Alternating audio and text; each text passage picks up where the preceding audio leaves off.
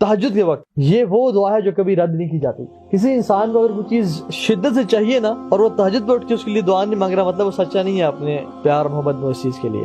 تو تہجد کے ٹائم دعا جو ہے نا، وہ کہتے ہیں کہ دعا ایٹ تہجد time never Mrs its target, never Mrs its target. ٹھیک ہے، کیونکہ اللہ سبحانہ تعالیٰ آج ہی کہ میں نے حدیث پڑھی اس پہ تھا کہ اللہ سبحانہ تعالیٰ تہجد کے ٹائم میں اپنے ہاتھوں کو پھیلاتے ہیں اور کہتے ہیں کہ جس نے دن میں تو گناہ کیے وہ رات کو بخشوا لے، اور جو رات والے گناہ گار ہیں ان کے دل میں اپنے ہاتھوں کو پھیلاتے ہیں کہ جو رات کو گناہ کر کے وہ دن میں بخشوا لے.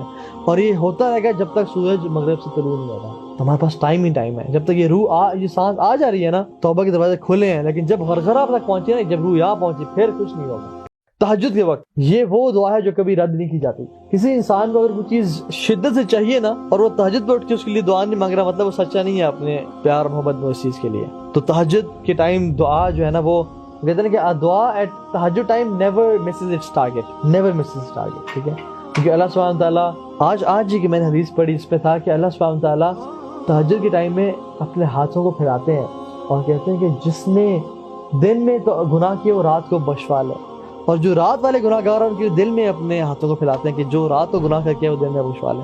اور یہ ہوتا رہے گا جب تک سورج مغرب سے طلوع نہیں ہوگا. ہمارے پاس ٹائم ہی ٹائم ہے. جب تک یہ سانس آ جا رہی ہے نا، توبہ کے دروازے کھلے ہیں، لیکن جب غرغرہ تک پہنچے نا، جب روح یہاں پہنچے